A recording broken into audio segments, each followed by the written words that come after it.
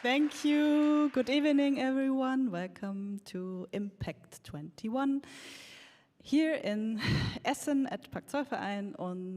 We want to say welcome, of course, to you, our audience here in the space, but also to our online audience who follows us via the live stream tonight. And just a very, very brief introduction. What is this actually, IMPACT? It's a long history. Thank you, Juliane. Long history. It's a platform. It's a symposia. It's framed by mostly it's 4 days, and we have some workshops inside and some public programs. So this is the opening of 21 Impact with a lecture of Birgit Schneider.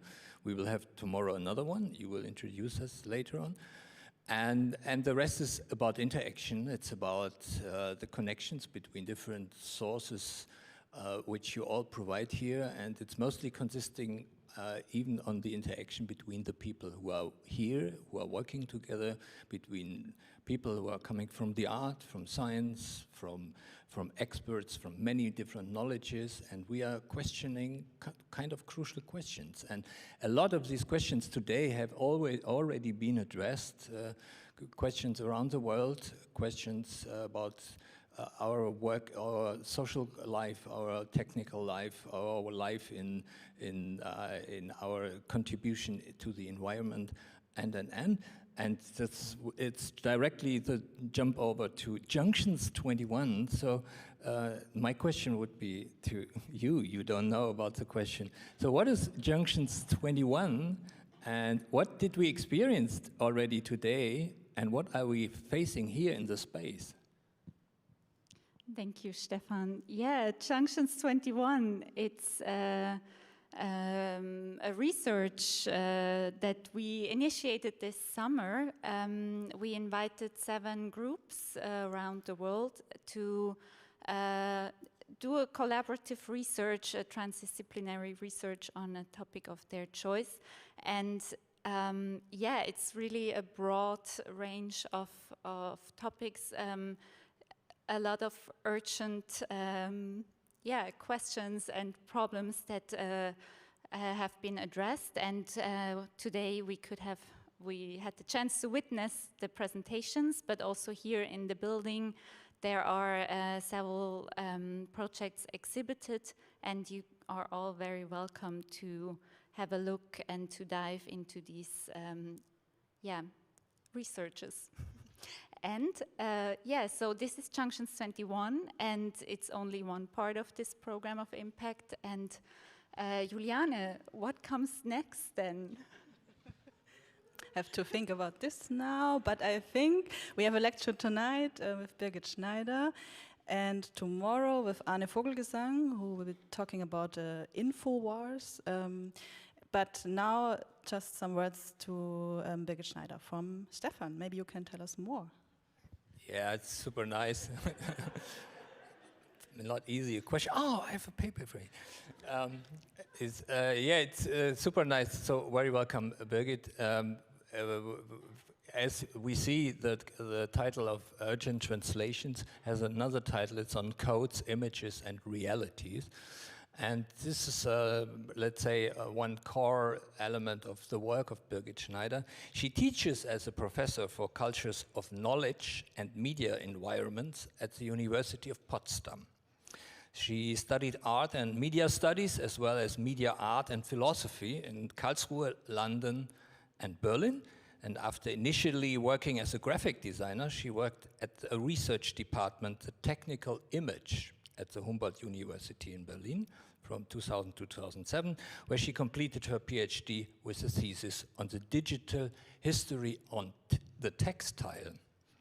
Her current research is concerned with images and modes of the perception of climate and atmosphere and information visualization and maps, images of ecology, and questions of natural aesthetics. So her title, I love the title, Birgit, Imagining the Future in Times of Climate Change, Between Collapse, Techno Fix, and Transformation. So very welcome, Birgit, and looking much forward to your lecture tonight. Thank you all.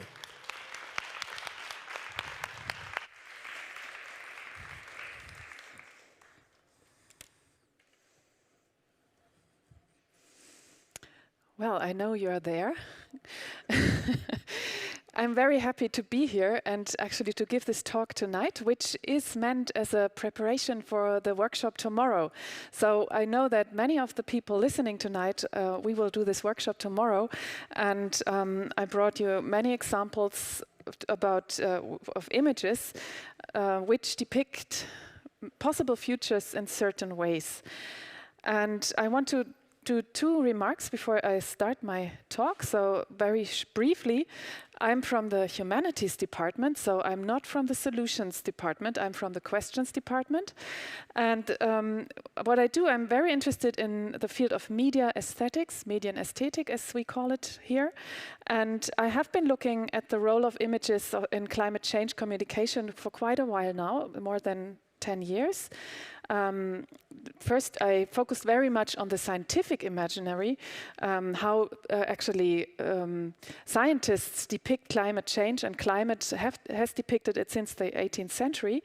And I also turned to the history of images, also the cultural images of climate and climate futures cross-media. So I'm studying games also, computer games, which make climate change playable, and movies and other pictures. And very recently I've focused on forest aesthetics and critical cartography. And one other remark, this is this quote by Goethe actually, he says, "We don't have any pictures." I'm sorry.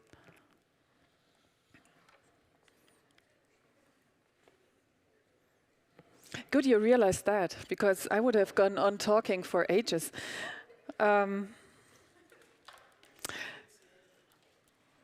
So you would have seen this one. This is my title slide. Yes. And you would have seen this one, and now we are here. So you didn't miss that much. So we have this quote saying, "It's a great difference from which side one approaches a knowledge, a science, through which door one enters." And I would ask, is there a primacy of natural and social sciences? Actually, I wasn't invited to Glasgow, and I think many artists, well, I know that there's always an arts program, but it's always like an appendix.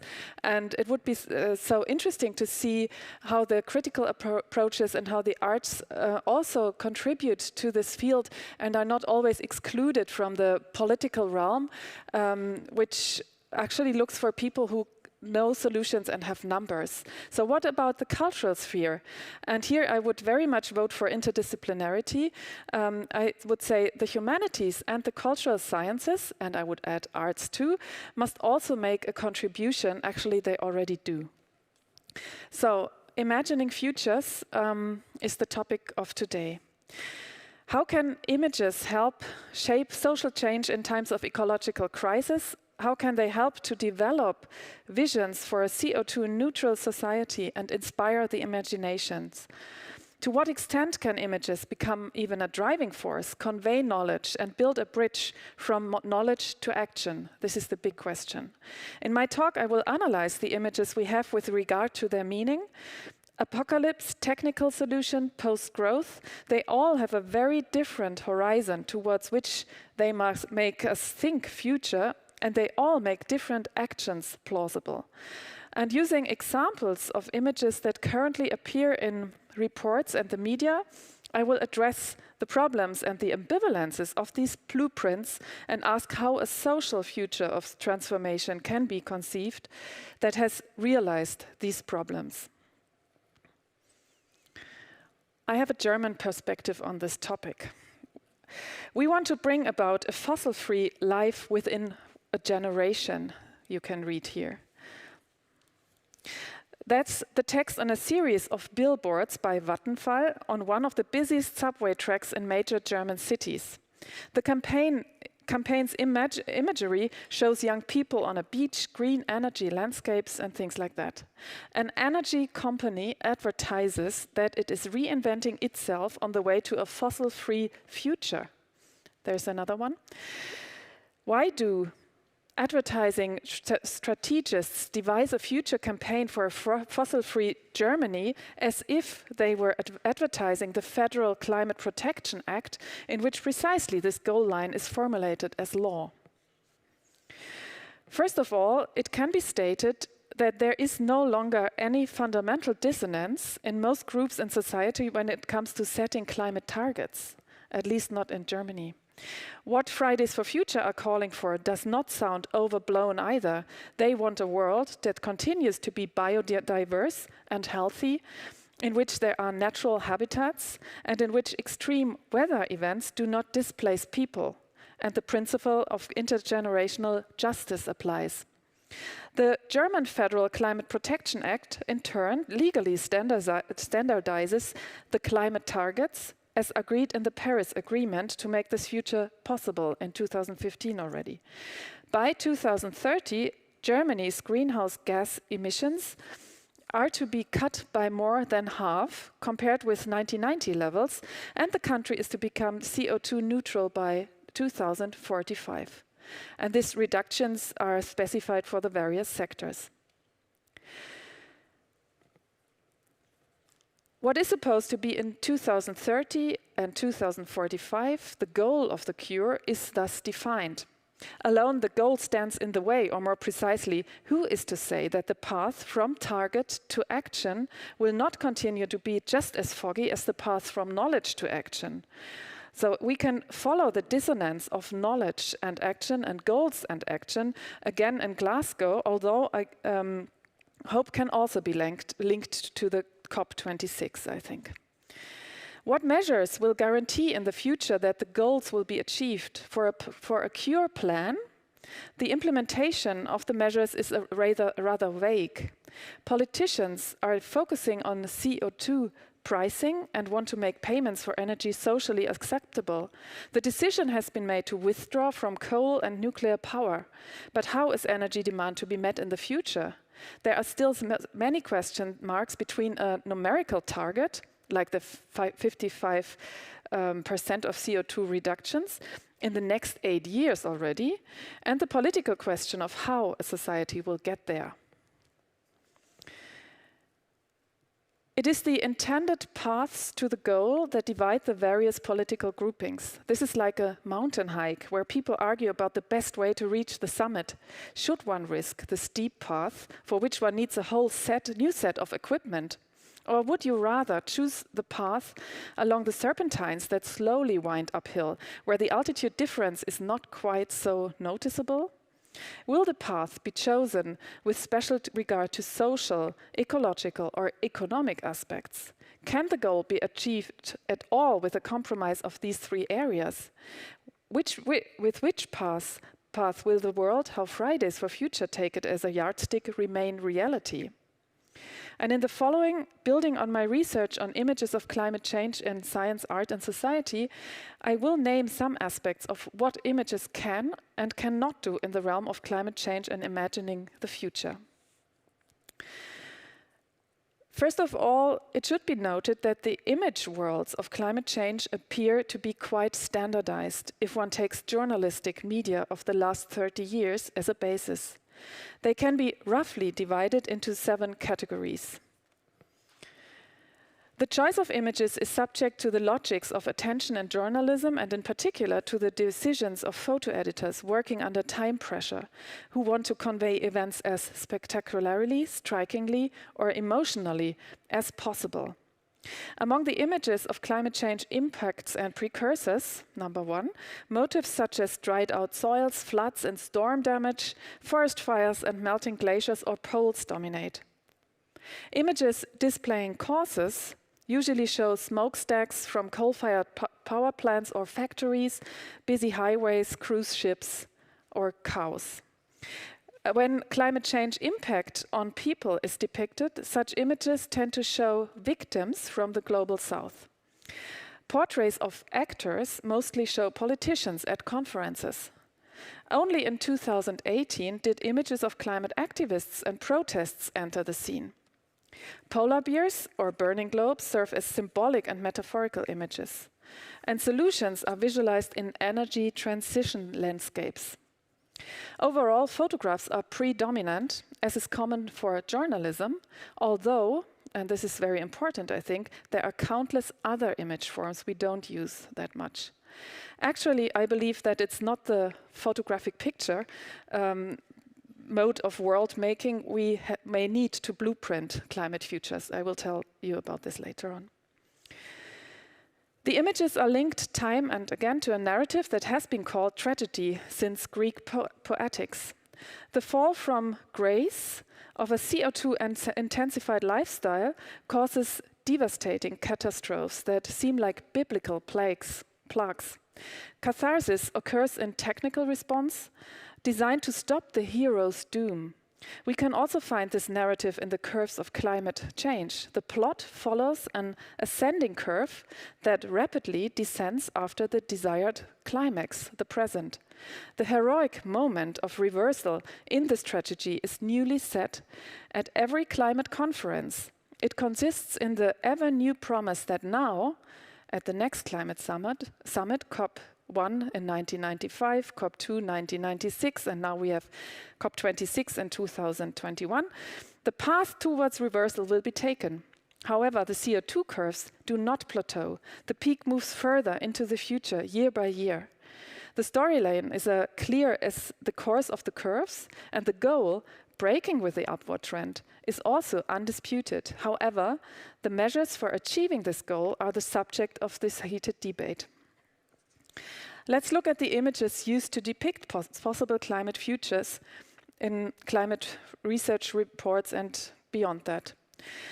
Primarily, these are red-shaded world maps and curves, as you can see here in the top left. The curves from the research visualize the business-as-usual scenario as a red rising curve into a 4 to 5 degree world.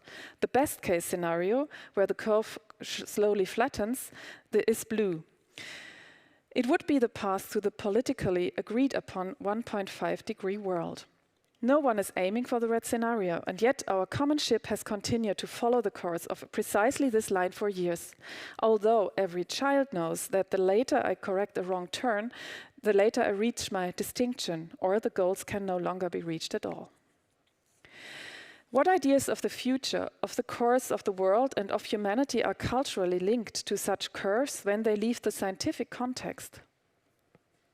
From a viewpoint of cultural studies, I would say that the ideas are not arbitrary that get linked to these images. As with the colored blobs of a Rorschach test, where we see images that are already present in us, the climate maps and curves also release certain images in the minds of the recipients, despite all abstraction.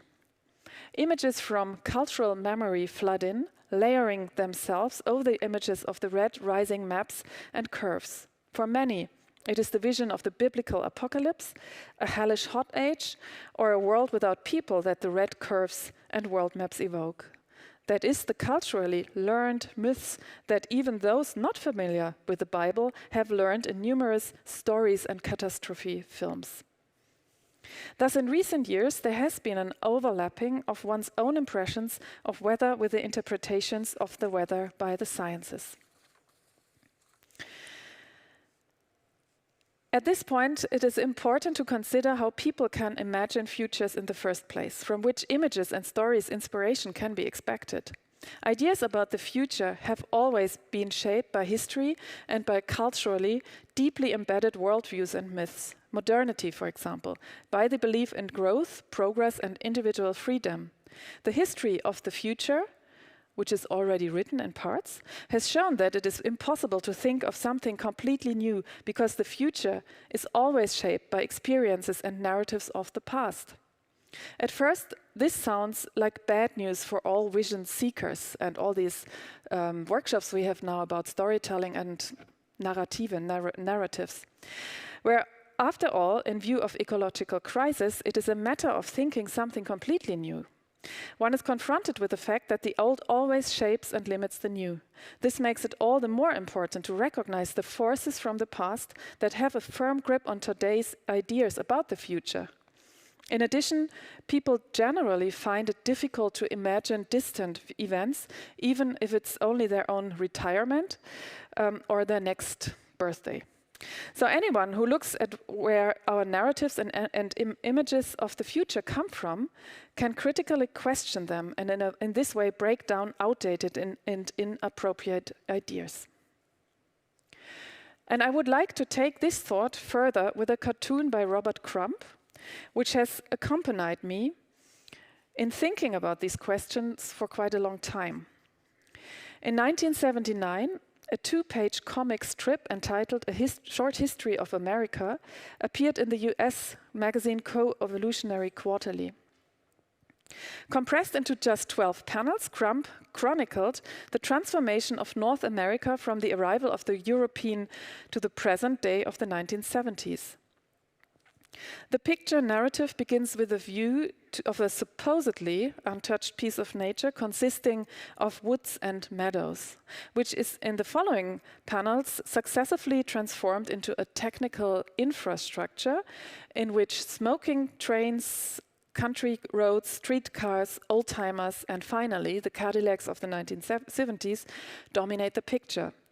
The last tree, look for it, disappears in the 9th panel in favor of new street lamps, traffic lights, telephone wires, and advertising signs. 2 years after its first publication, Crumb colored the comic and added the 3 lowest panels into his narrative. These are of particular interest here because they illustrate 3 prototypical modernist visions of the future in a particularly vivid way. So the first version is entitled Worst Case Scenario, Ecological Disaster. It ties in most clearly with the previous panels. The street crossing is seen after an ecological disaster. The history of modern lifestyle has come to an end. The sky is yellow, civilization lies in ruins, and there seems to be no life left. The second vision is called the Fun Future Techno Fix on the march. Colorful cars fly in the blue sky over curved futuristic houses set in a neatly planned front yard. The working man, Homo faber, has everything under control. The third version shows the Ecotopian solution. The inhabitants of this future do without all electricity or fuel-powered devices. They live in an intense connection with the forest, which in its wild growth is reminiscent of the forests before the invasion of the Europeans. The principles of evolution and growth have been inverted in this future into the phantasm of the biological growth of a colorful, primitive commune.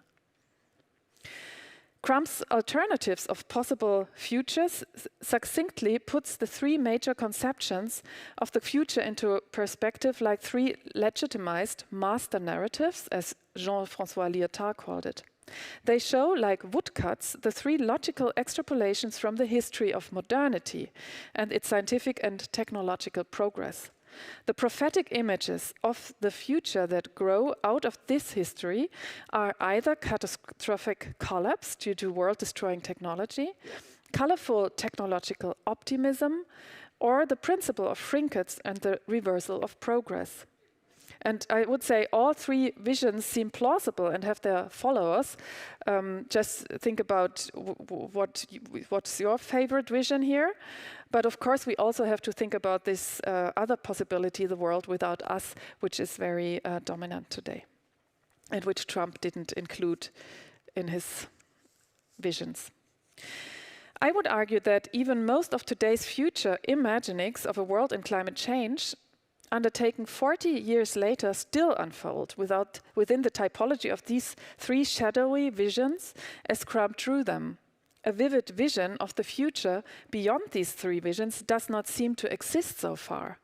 And this is despite the fact that a new vision of the Great Transformation, as in Germany it's called, is currently being called forth, one that plays an important role in this country in particular. This is not really covered by Crumb's three types, maybe. Therefore, in the following, I will further discuss the critical parts of the three visions of the future, because I think we need other visions. But I should also point out that the scenarios are not an either-or, as the logic of Crumb's image fields would suggest. They are not options where we could put our crosses in the most plausible image or desired future.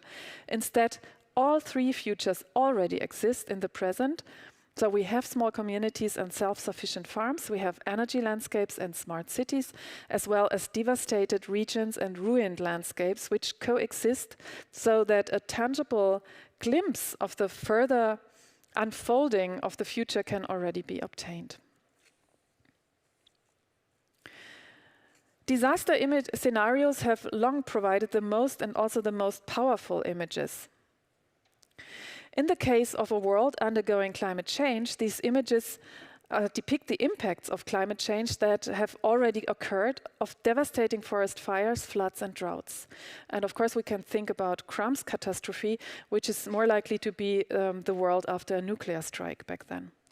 The realization of global warming, as well as these harbingers of drastically advancing warming, combine like a compelling imagination with a powerful, yet at the same time highly problematic narrative of apocalypse shared by the great religions of Western societies. And such a powerful apocalyptic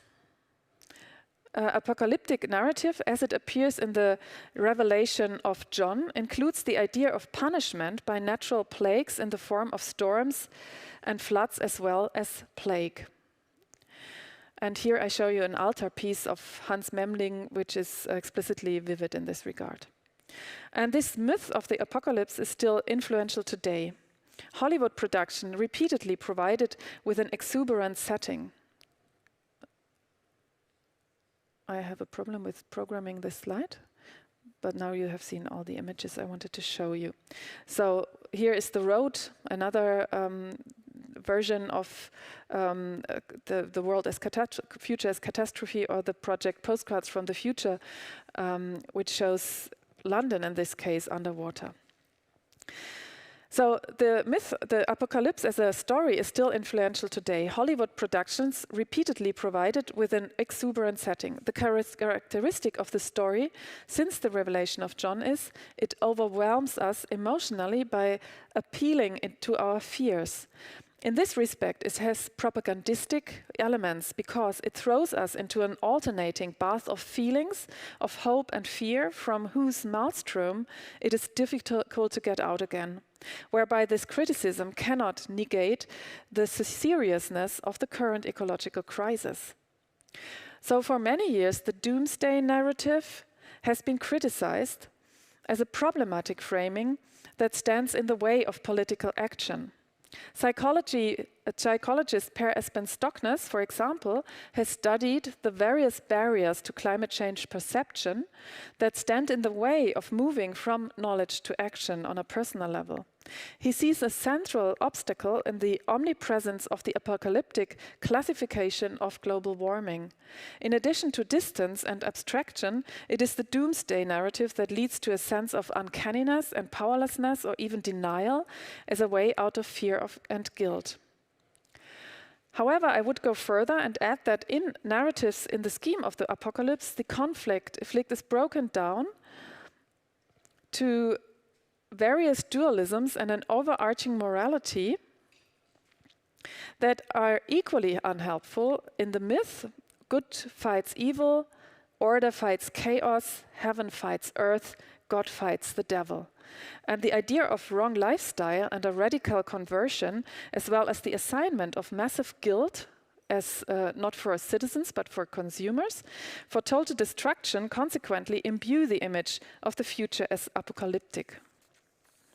So there is no room in this total narrative of the world's end for more complex contexts of problems, or for the silent local ruins of nature that are already shaping ever larger regions today, entirely without the spectacle of the apocalypse.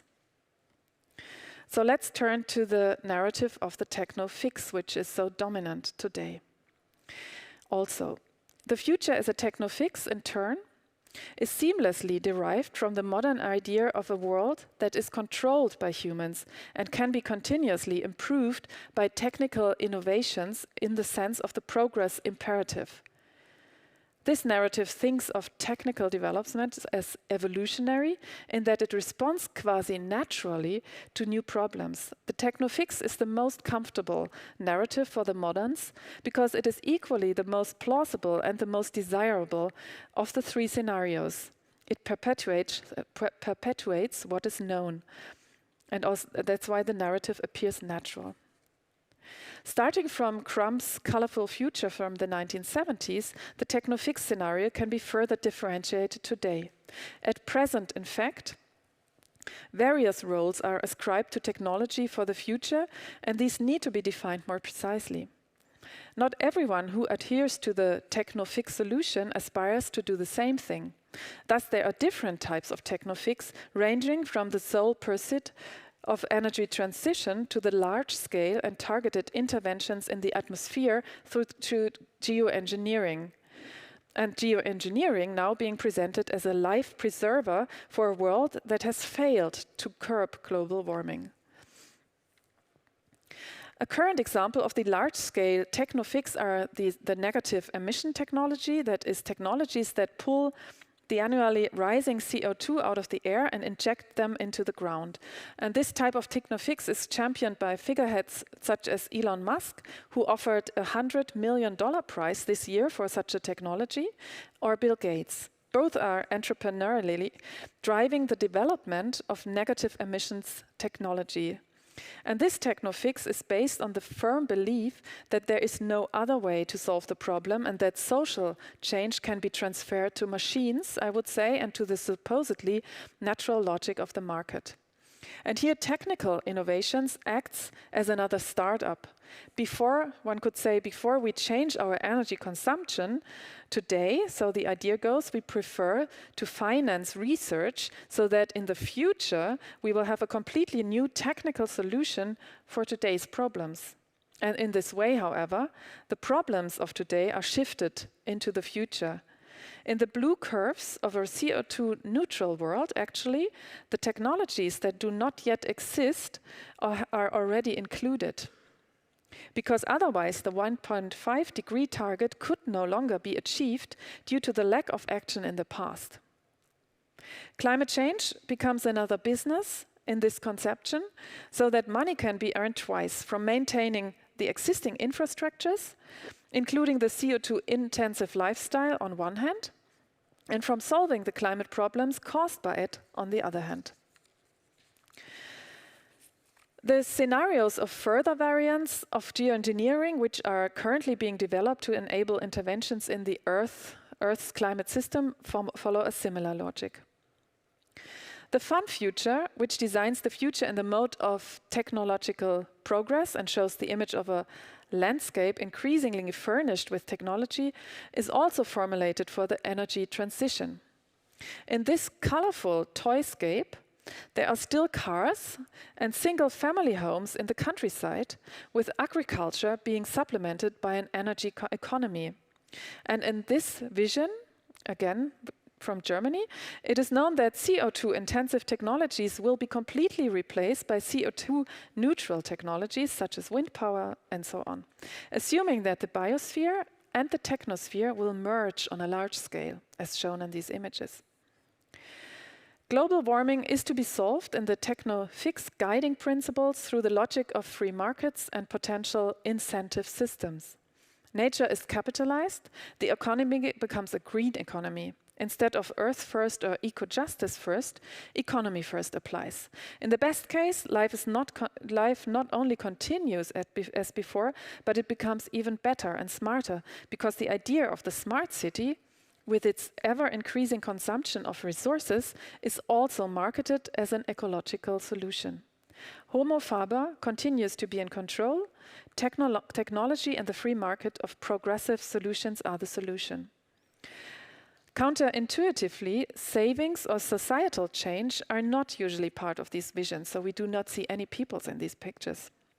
Even though dissonances in this narrative are already evident, I think, such as the shortage and resource war over rare earths, the rebound effects when efficiency gains lead to increasing consumption, the excessive use of land-intensive biofuel, or the rising resource and energy consumption of increasing digitalization. Ecotopia, the third future, as depicted in the comic, must also be criticized for its ambivalence. At first glance, it may seem like a return to paradise. The bad and anonymous life in the city and the lost connection to nature here are overcome. The sins of civilization make way for real life again. People live in harmony with nature. They are again rooted to the soil that nourishes them. They live in a village-like pre-industrial community. This vision is the most radical break from the present society.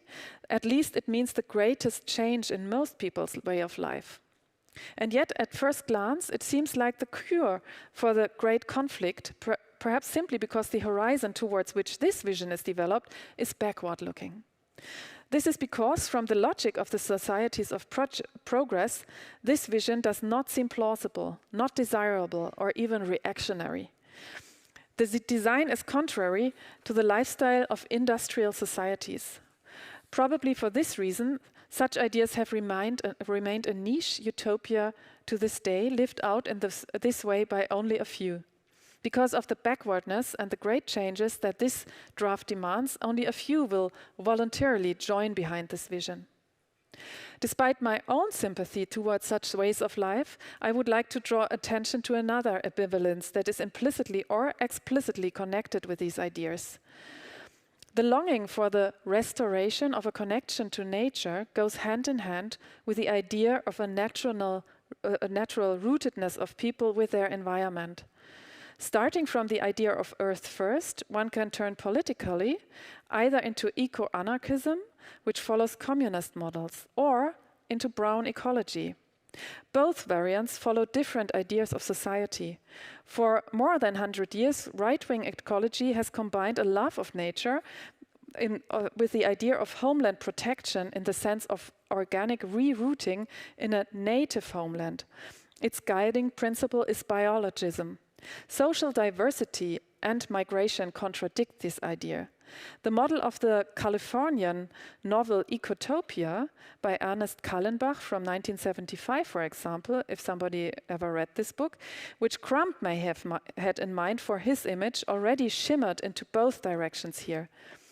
Green primeval communities can therefore also only be a fragile model for new visions, even if this future model, unlike the Technofix, is the only one that no longer depicts peoples as car drivers. If one considers current designs, to rethink the city, one can observe an increasing amalgamation of Fun Future and Ecotopia in recent years. In such visions, unlike the forest commune, urban planners today have high hopes. A mixture of techno fix, garden city and forest life can be found, for example, in the conspicuously large number of current architectural visions that combine plants, trees and houses to form a techno-nature. Very similar visions of the future can be found in the combination of technological solutions and urban agriculture as a new landscape and urban planning. The visionary designs of architects such as Vincent Calbeau, the realized Bosco Verticale by Stefano Boeri, and the city park trees by the bay in Singapore embody the dream of a healthy coexistence of trees with houses and technical structures. They betray the still effective longing for a healing of the rupture between nature and civilization, between city and forest, the dream of the possibility of a symmetrical relationship between these two spheres, or between the human and the more than human, as we might say today. And these are the two versions which have actually been built. The other ones are only CAD designs. I would argue that architecture, nature and people do not come together as they should in these CAD glossy visions of a smart city that combines environmental sensitivity with omniscient technology. Instead, they appear as yet another form of iconic architecture and city marketing that approaches a solution to problems only symbolically.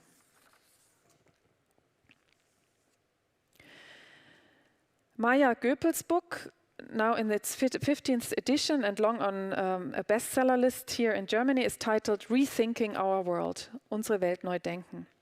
The book invites readers to overcome their culturally learned notions based on the old narratives of endless growth and unchecked technological progress and the human image of Homo economicus. It does this by showing why these models do not help in the question of the ecological crisis.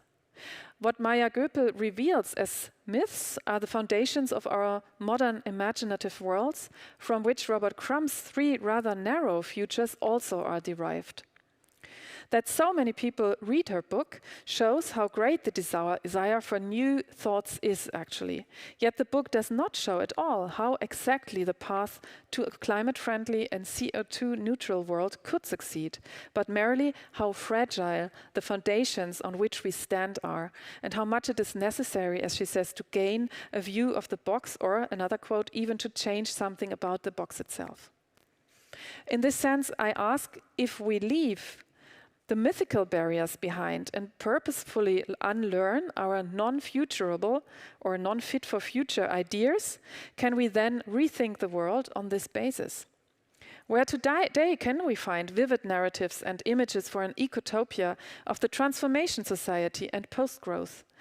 Or are we slipping again and again in our old habit into the narrative of a techno fix, trusting that dynamized markets and the sense of supply and demand will put the CO2 problem on the solution path in the next 8 years?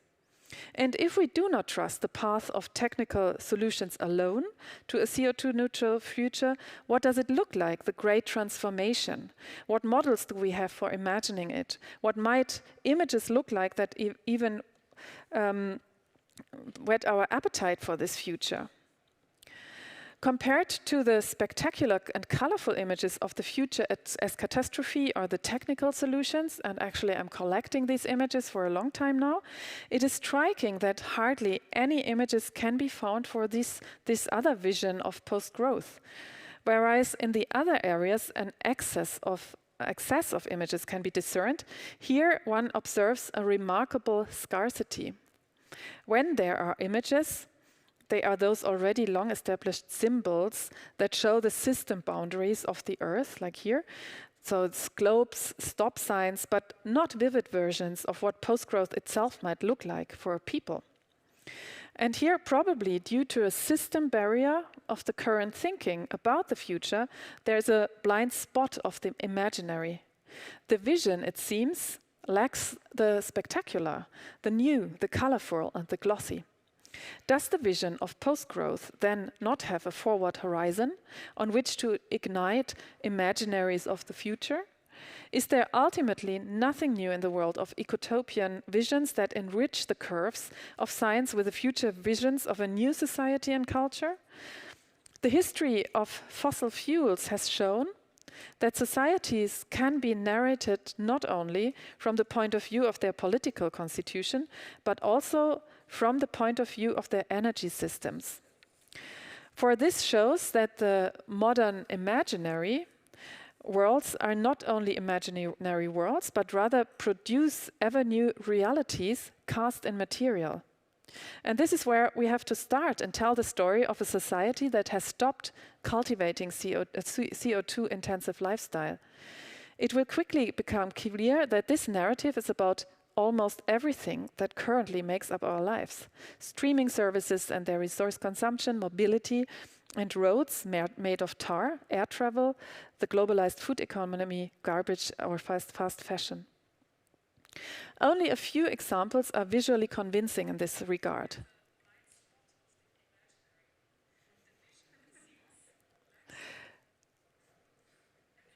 I will go on talking. There was a little disturbance. So only a few examples are visually convincing in this regard. The ones I have found are not computer graphics, but are reminiscent in style of children's illustrated books. One example is the large format book Fatimas Fantastische Welt, Fatima's Fantastic World, by the illustrator Jakob Winkler from Austria, which visually spells out a world without oil down to the smallest detail on several pages. The illustrator explores the many ideas and drawings and makes them real on paper by illustrating, for example, what a world without oil would look like for urban and for rural areas, house construction or agriculture. And I know that there is a reflex to dismiss such drawings as naive and simplified because they are reminiscent of children's books.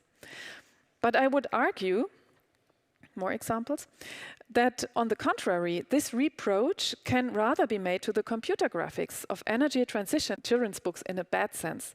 I see in Fatima's Fantastic World one of the rare attempts to include the social and the technical eco-vision in order to make it conceivable that what a livable and environmentally compatible future for people could look like.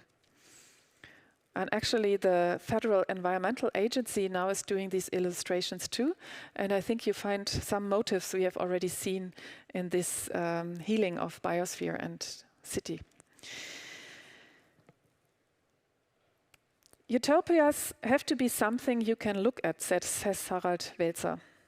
If we want to look at utopias, we first have to become aware of the problematic foundations of our previous narratives of the future. And in this respect, we need many more utopias, which must be developed and simultaneously considered by many more different actors. So I would ask, what images would you like to see? Do we even need new images? Where should these images come from? And most importantly, who is allowed and able to produce them? For society cannot, I would also vote for many images. For society cannot have one one narrative that solves everything. So this would be a campaigning approach, but we don't need another campaigning approach, I think.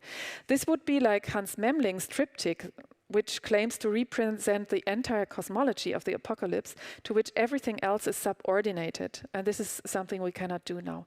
Just as it is not advisable to hope for the one technical solution, there must be many pictures with many solutions. And consequently, countless images are needed, namely a heterotopic pluriverse of perspectives that is very different images that speculatively describe a CO2-neutral world, not only technically, but also so socially. And actually, I think this is a path which is laid out by, for example, Arturo Escobar in his book, Designs for the Pluriverse. So, I will come to an end. I too do not offer any solutions, but I plead for putting everything that is there on the table in order to be able to select, cut out, and recombine what is still wanted and what is not. For this purpose, we also need the bad, the outdated images, so that we can criticize them in the first place in order to develop other images starting from their inadequacies. And this is what I have tried to show in my contribution. And if it is possible to set the fossilized models in motion and so to develop other visions that really convince us, which may be very small scale and local, this can help to change the way we think. However, we must be careful when images become purely symbolic solutions, when they promise a new consensus in the false brotherhood in a purely visual way, as in advertising. And this is the case, for example, when we make beautiful pictures of a world which then never becomes reality but simply freezes as an image, or when the mere naming of a goal replaces action and soothes the conscience. Only a new thinking about the old images brings forth new images, which then, like a spindle swinging back and forth, make new thoughts possible again. Thank you very much for your attention.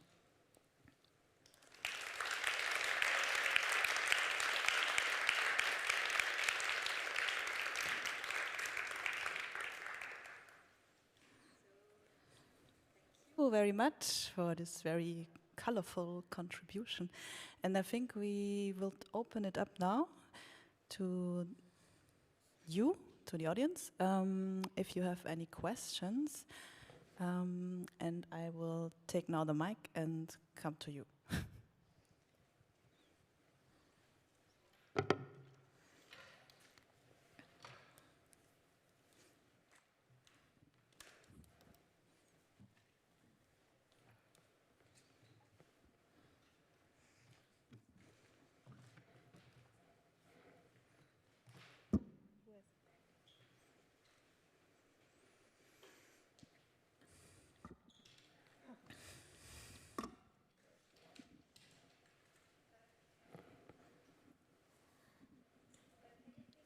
Hello. Just 1 second for the camera to be ready.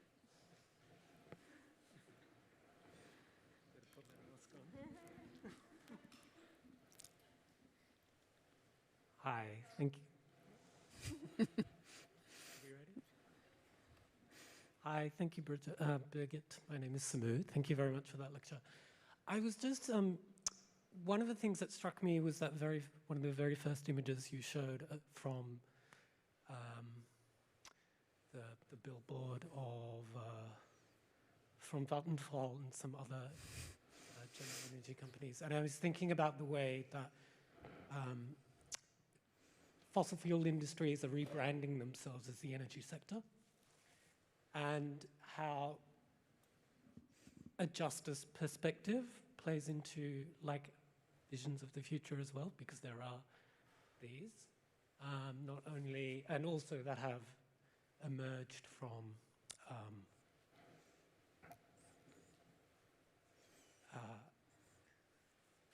the Western world, let's say. I mean, you know, like Naomi Klein introduced this term of just transition, you know, and also in dialogue with indigenous people and racialized people as well. So I'm wondering about that, and also towards the end, in one of the last images you showed, of course, where people are reintroduced into this kind of techno-ecotopia. They're all white people. So it's like, you know, the beautiful white people. So how, yeah, maybe you can talk a little bit more about how a just vision might emerge. Just in the sense of justice. Yes, yes. Yeah. So what strikes me about these advertisings is I'm very much looking into how these companies actually play into the hands of a certain politics which wants to talk about citizens as consumers. And I think this is a very strong narrative which actually keeps you away from political action. And this is why they actually intensify this idea of thinking of people not as well, persons who take political actions, but just consumers. And I think this is a very big problem we have in the discourse right now. And of course, you're absolutely right. my talk actually criticizes the dominant storytelling of industrialized countries from Europe and the US and other countries, which was established in the 18th and 19th century together with capitalism. And so this is, but these myths, we still have them and they are still so strong. So we have them in the parties we can vote for. So there are so many people, and I think this applies to many countries, where now this idea of the modern progress is so strong and actually shaping all the actions. And I'm voting for a more local, and so if I would apply these ideas to other ways of storytelling, world making, etc. There are so many other forms, but I just think we have, well, now I'm talking as somebody living in Germany again, have to, in the first place, understand that that the fundamentals we are standing on are so problematic, and then can actually, and maybe it's something we can do at the same time, but open up for these other stories of world making, which are also there, because there's not only the modernist worldview. Yeah. So this is what I'm voting for, but I'm aware that my talk didn't offer these ways, but only in the very end, because I think, so who are the people who do these images? And I think this is just exactly where the idea of a social movement would need to come in, not only technology in these discussions, and many more different, diverse perspective, yeah. I hope that answered parts of your question. Sorry. But I think, there is, like, as you were saying, like images, I mean, if we're concerned with images here, there are they're brokered in a way, right? So this is why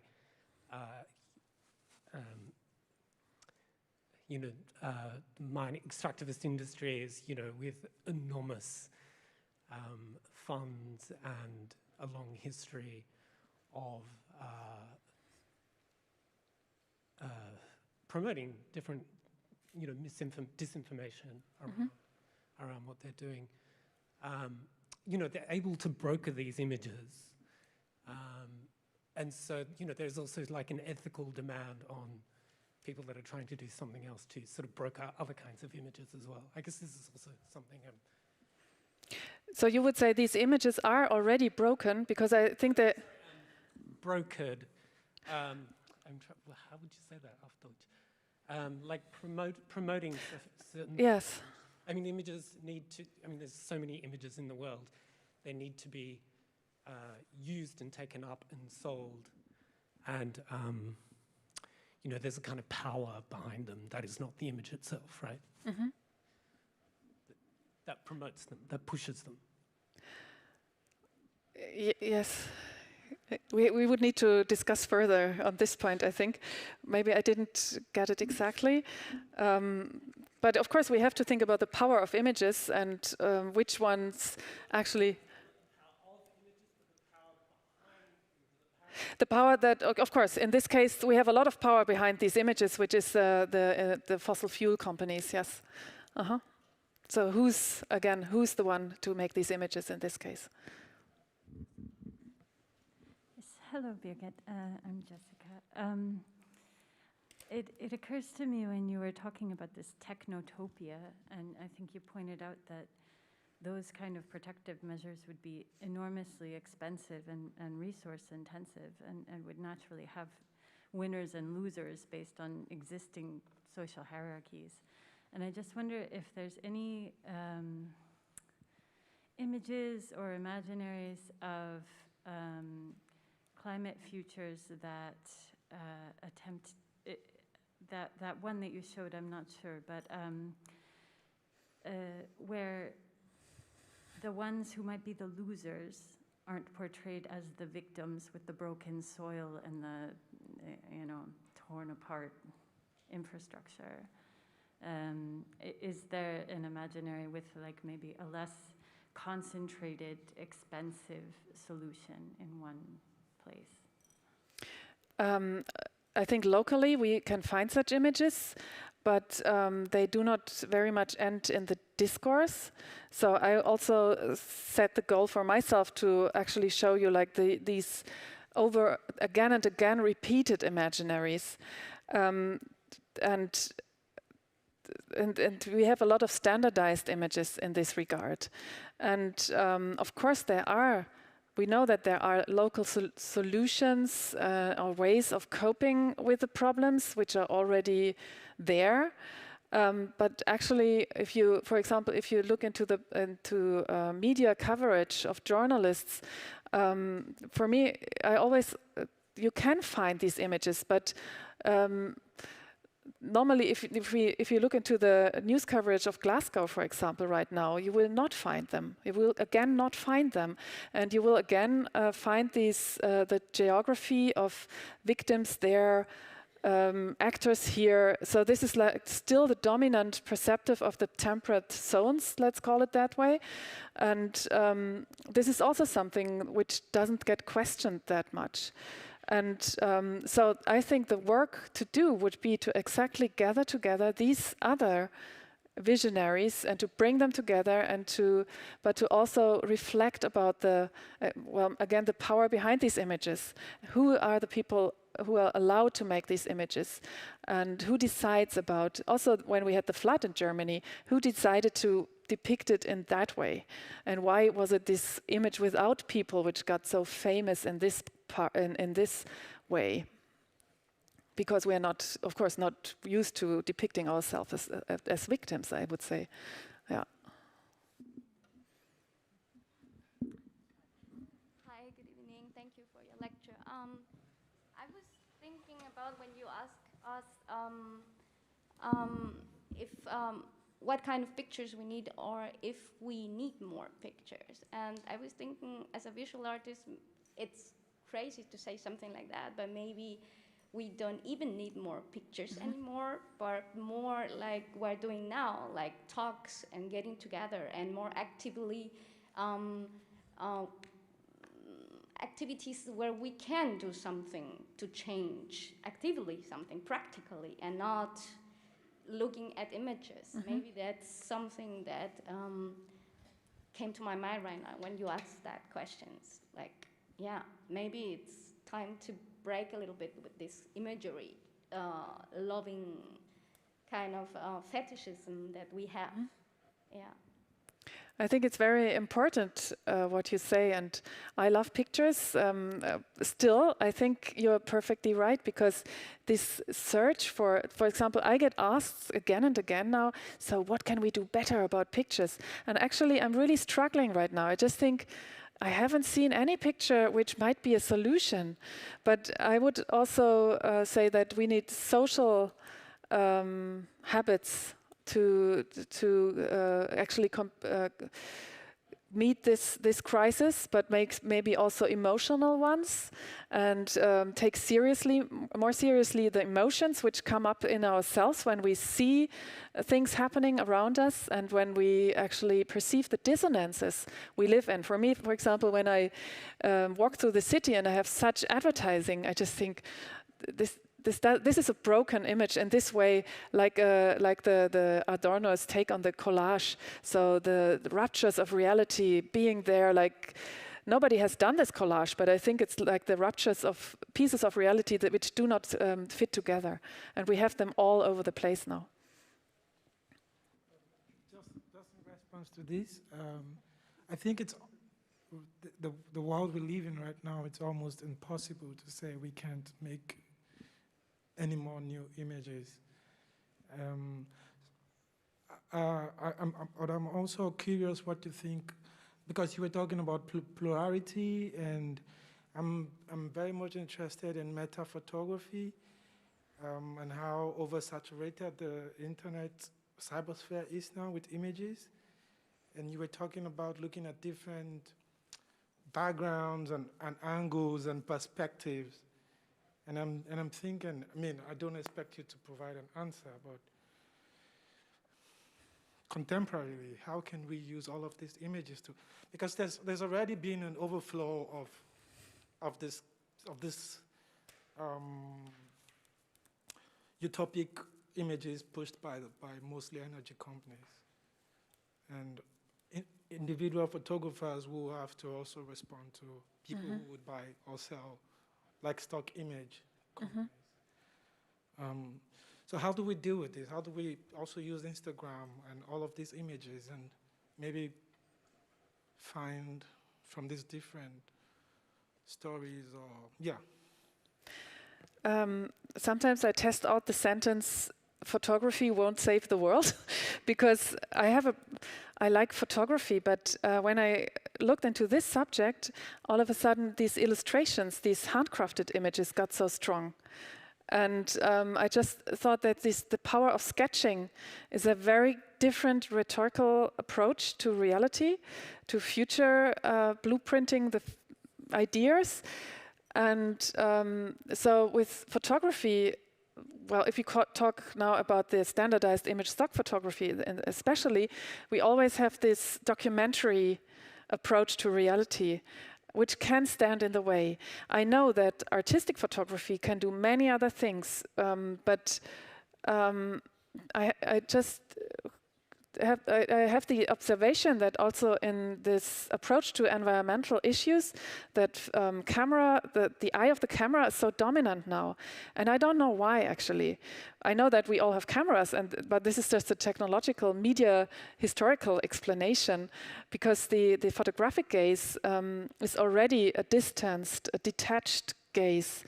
It doesn't have to be. I know that there are photographs which overcome this. But this problematic I see very much materialized in photography itself.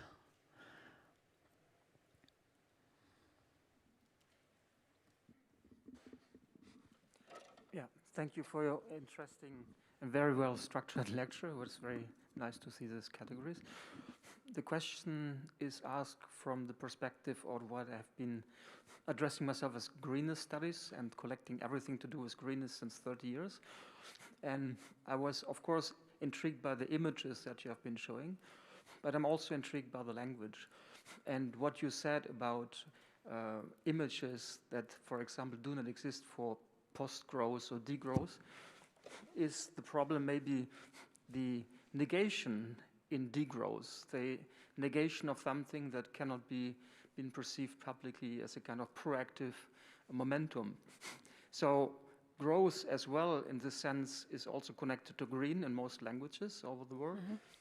And you have a kind of positive connotation, even if it's totally dismantled by the overused association of greenness with sustainability in the light of toxic algae blooms. But it's still the growth pattern that is dominant. And it's also because even if the physiocrats in France in the 19th century haven't been successful in actually developing a powerful theory, the growth connotation, the positive connotation prevails. So isn't the connotation in language so strong that whenever you try to dismantle this by just adding a negation, this takes away all the positive momentum? Yes, of course. So this would go together with this idea of the framing theories, that whenever I say don't think about walking, you will mirror walking in your head. And the same, this is, I think, your argument about the degrowth. It's like just putting a minus in front of it, and we still stick to the idea that, yes, growth is very positive. I like if my plants grow and things like that. And it's a principle of life. And so the opposite would be a principle of death, maybe, death. And but I'm not sure if this is the only explanation, because in a way it's growth also is a metaphor for the economy, because it's not plants, it's not living. And so, yeah, this is something maybe you have answers to. Why is the degrowth moments, this is something like you're not allowed to talk about it as a politician, I have the impression. So you're not allowed to speak up for, yes, we might need other energy systems and we might need to consume less energy. So this, I never hear a politician telling me this. And for me, this is another dissonance. I just think this is something everybody knows. If you take care about stuff, you know that actually you need degrowth to get along with the resources. But I don't have an answer to this, a proper one.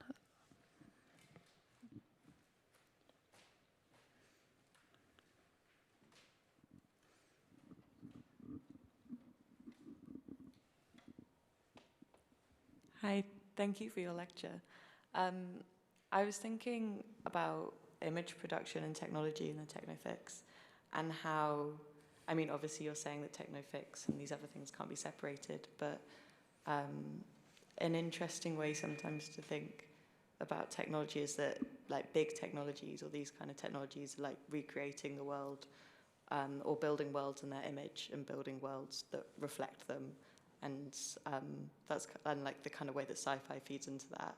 But then the other futures, or like the degrowth future, or any future that we think about, depends on technology, because it's a world that humans are trying to create, and humans create technologies to create worlds. So all of them are kind of, maybe not techno-fix, maybe fix is the wrong word, but like, I was kind of thinking that maybe all of them are techno-fixes. It's just like, the actual image that represents them. Some of them are crazy sci-fi, and some of them are very slow-looking images, but that's created through technology. And also, I was kind of wondering what you might think about the idea that kind of technology, or an image might inspire a technology, and then a technology might inspire an image, like in different science fictions and different ways we portray it. They kind of like feed into one another, of like design to image to design. I'm just wondering what you think about it. It's not really a question. I think this is a very strong idea, that actually also the science fiction images, the fabulations of former times, have fed into technologies afterwards. I think this is something we can see in many cases. And actually Silicon Valley without science fiction, I don't know if we would have it actually, because this is where the ideas came from. And so I would also follow this idea that images shape technologies, shape thinking, and that this is like a spindle, a dialectic process, which is a spiral of change. And so we can think about how to change thinking, how to change technology, or how to change images. It all goes together. And so the images would be only one part in this spiral of how ideas take form. And still, I think we would need to reflect which technology, which techno fix we are voting for. In climate change, actually, geoengineering is a very different scale, on a very different scale. I think it's a military program, actually, if people start to apply it, compared to solar panels or something like this, which is a local technology. And then again, I think techno fix in this energy transition idea might be fine if we also connect it to the degrowth argument, etc. But at this moment, I have the feeling that a lot of people vote for technology without and thinking about growth and thinking about markets. And I think this is not a social vision for future. Okay, one last question here. Okay. Hi, I was thinking of images that are not fixed in paper, and this thought also came from the idea of emotion. And then you keep talking about growth, and for a moment I thought about inner growth or inner care of the emotions, so generating spaces in which these images are not fixed in paper but are coming into ourselves. So how we take care of these emotions that are creating the images that then reproduce a reality, if there is no care of the emotion that it's coming from.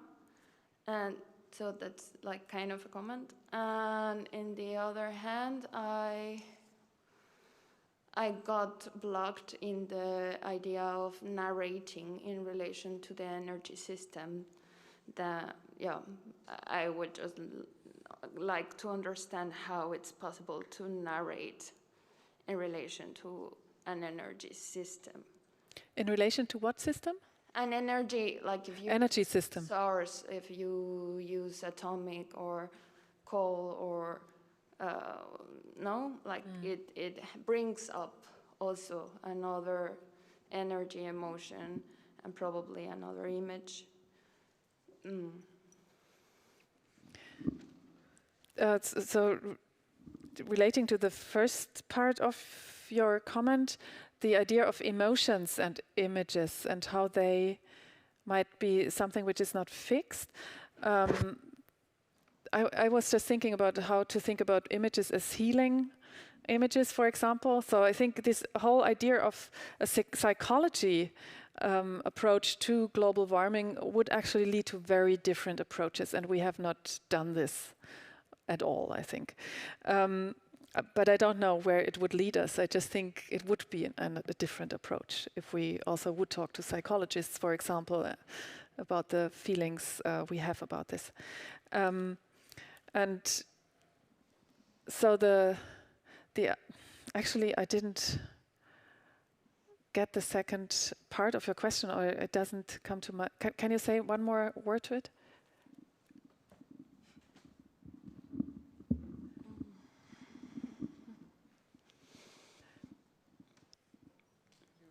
It's also blocked inside of me, but energy consumption, creation, image. And the narrative of energy consumption. Well, I think actually that the whole narrative of Techno Fix is told as energy transition. We could also say this is very boring. I mean, I don't want to think about the heating all the time.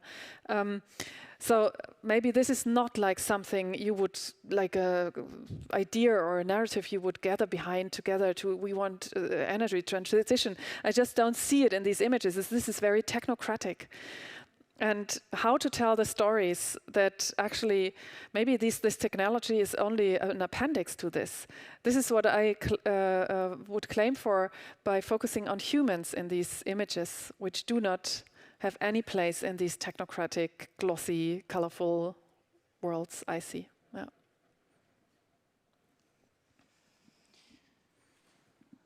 Okay. Thank you for the many questions. And so, I should change the microphone maybe.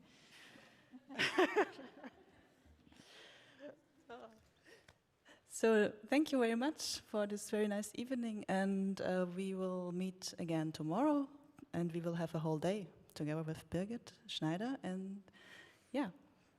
Thank you so much for your questions and comments.